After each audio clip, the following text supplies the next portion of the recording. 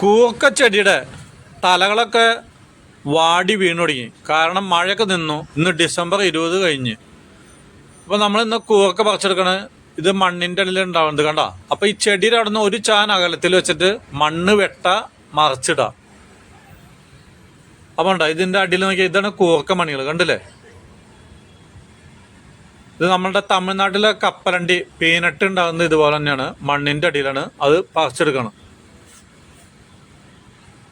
അപ്പം ഇത് കൂർക്ക പറിച്ചെടുക്കുമ്പോൾ തന്നെ നല്ല മണമാണ്.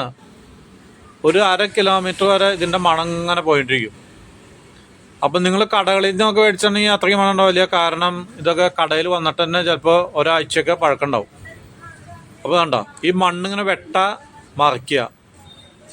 ഒരു ചാനെങ്കിലും അകലത്തിൽ വേണം ഇത് ഇങ്ങനെ കുടഞ്ഞെടുത്ത് കഴിഞ്ഞിട്ടുണ്ടെങ്കിൽ ഇതിൻ്റെ കൂർക്ക മണികളൊക്കെ കിട്ടും. അപ്പോൾ കുറേ മണ്ണിൽ എടുപ്പുണ്ടാവും.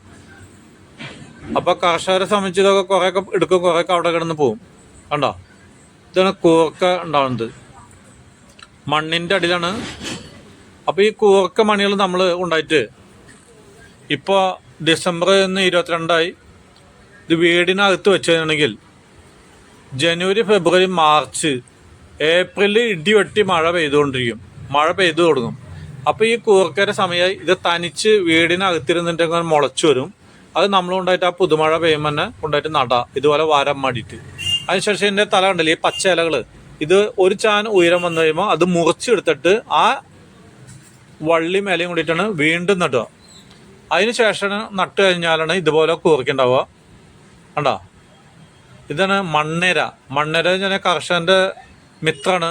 ഇവൻ ഈ ജൈവ കൃഷിയിലുണ്ടാവുള്ളൂ. കാരണം ചാണകം, ആട്ടുംകാട്ടം ഇതൊക്കെ ഇവൻ കുത്തി മറിച്ചിട്ട് ഇതുണ്ടാവും കേട്ടോ.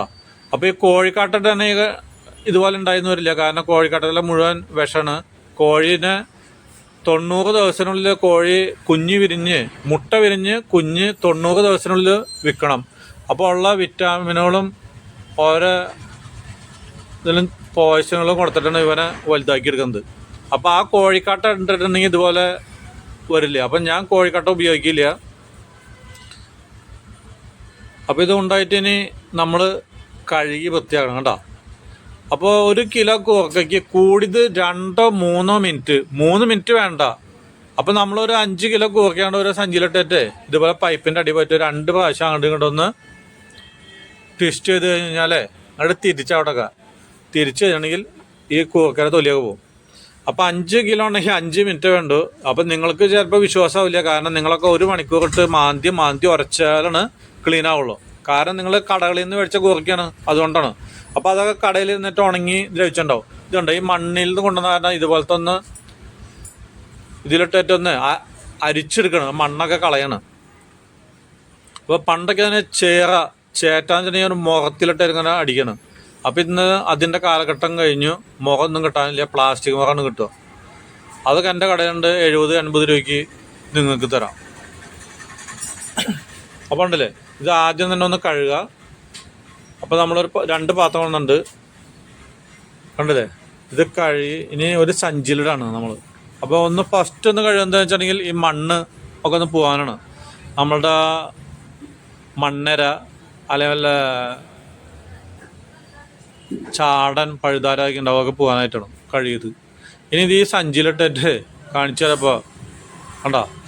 അപ്പോൾ നമ്മളിത് മുറ്റത്തൊക്കെ പോയിട്ട് ചെയ്യാൻ വളരെ എളുപ്പമാണ്. കണ്ടോ ഇതുപോലെ അങ്ങോട്ട് ഒന്ന് തിരിക്കുക, ഒന്ന് അങ്ങോട്ട് ട്വിസ്റ്റ് ചെയ്തുകൊണ്ടിരിക്കുക കണ്ടല്ലേ. അപ്പോൾ ഇതുപോലെ ഒരു പ്രാവശ്യം ചെയ്ത് ഇനി ഇത് സഞ്ചിയിൽ നിന്ന് പുറത്തേക്ക് എടുക്കുക, കാണിച്ചു തരാം. കണ്ടോ ഒരു 70% കഴിഞ്ഞു, 70 അല്ല 80% ക്ലീനായി കണ്ടില്ലേ. വേളുകളൊന്നും ഞാൻ കണ്ട. ഇത് ഫസ്റ്റ് ടൈമിൽ ഓൺലി 5 മിനിറ്റ് അല്ലെങ്കിൽ 3 മിനിറ്റ് അടുത്തുണ്ടാവുള്ളൂ കണ്ടോ. അപ്പം നിങ്ങൾ വിശ്വസിക്കില്ല, 5 മിനിറ്റ് കൊണ്ട് 5 കിലോ കൂർക്ക നന്നാക്കാൻ പറ്റുന്നത് ഇതാ. അപ്പോൾ എനിക്ക് വേണമെങ്കിൽ നിങ്ങളെ കാണിച്ചു തരാം, നിങ്ങൾ എൻ്റെ വീട്ടിലേക്ക് വന്നാൽ മതി.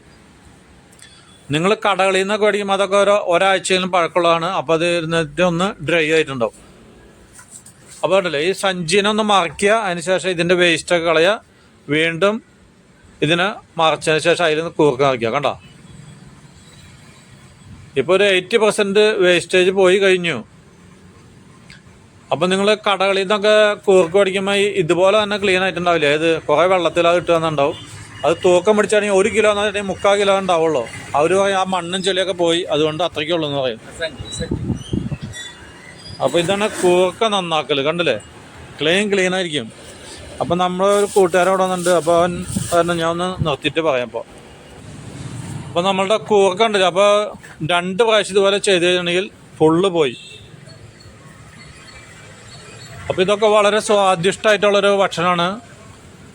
അപ്പോൾ ഇന്ന് കൂർക്കയും കോഴിയും കൂടിയിട്ടാണ് കറി. കൂർക്കയും കോഴിയും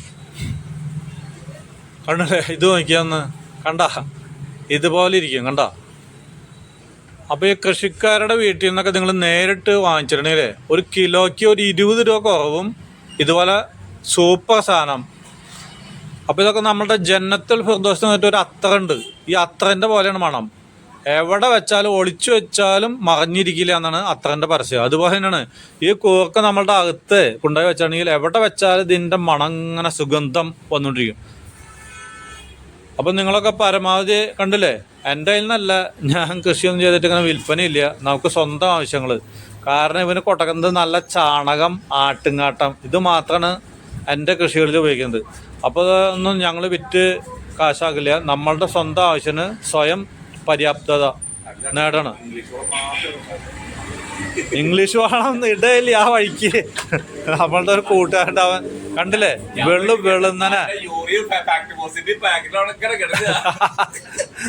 അപ്പൊ കണ്ടില്ലേ, അപ്പൊ നമ്മള് ഇന്നത്തെ പണികളൊക്കെ കഴിഞ്ഞു. അപ്പൊ നമ്മളുടെ പറമ്പിൽ നല്ല പൈനാപ്പിൾ ചെടി പഴുത്ത് കണ്ടായിരുന്നു, അതൊക്കെ ചെത്തി ഇങ്ങോട്ട് കൊണ്ടുപോകുന്നു. കണ്ടോ, ഇതൊരു 2 പീസ് അടിച്ചു തരണമെങ്കിലേ ഇന്നിനി കാലത്ത് ഭക്ഷണം വേണ്ട എനിക്ക്. അപ്പോൾ ഇതൊക്കെയാണ് ഞങ്ങളുടെ ഭക്ഷണങ്ങൾ. നിങ്ങളെപ്പോലെ കാലത്ത് തന്നെ പൊറോട്ടയും ഇറച്ചിയും അല്ലെങ്കിൽ ചില്ലി ചിക്കനൊന്നും കഴിക്കാൻ ഇതുകളില്ല. ഞങ്ങൾക്കൊക്കെ ഇതേപോലത്തെ ഭക്ഷണമാണ്. അപ്പോൾ ഒരു പൈനാപ്പിൾ മുറിച്ചാണെങ്കിൽ നമ്മളൊരു പകുതി, ഒരു 750 ഗ്രാം നമ്മൾ തനിച്ച് തിന്നും, ഇല്ലെങ്കിൽ ജ്യൂസ് അടിച്ചു കുടിക്കും. അങ്ങനെയൊക്കെയാണ് നമ്മളുടെ ഇതുകൾ. അപ്പോൾ ഇതിനൊന്നും വലിയ ജോലികളൊന്നുമില്ല. പൈനാപ്പിളൊക്കെ ചെടി നട്ട് കഴിഞ്ഞാലേ കൈതച്ചെടി എന്ന് പറയും മലയാളത്തിൽ. അപ്പോൾ ഈ കൈതച്ചെടി നട്ട് കഴിഞ്ഞാണെങ്കിൽ നട്ടത് നമുക്ക് ഓർമ്മയുള്ളൂ. പിന്നെ അതിൻ്റെ ഈ പൈനാപ്പിൾ കൈതച്ചക്ക പൊട്ടിക്കാൻ പോയാൽ മതി. കണ്ടോ,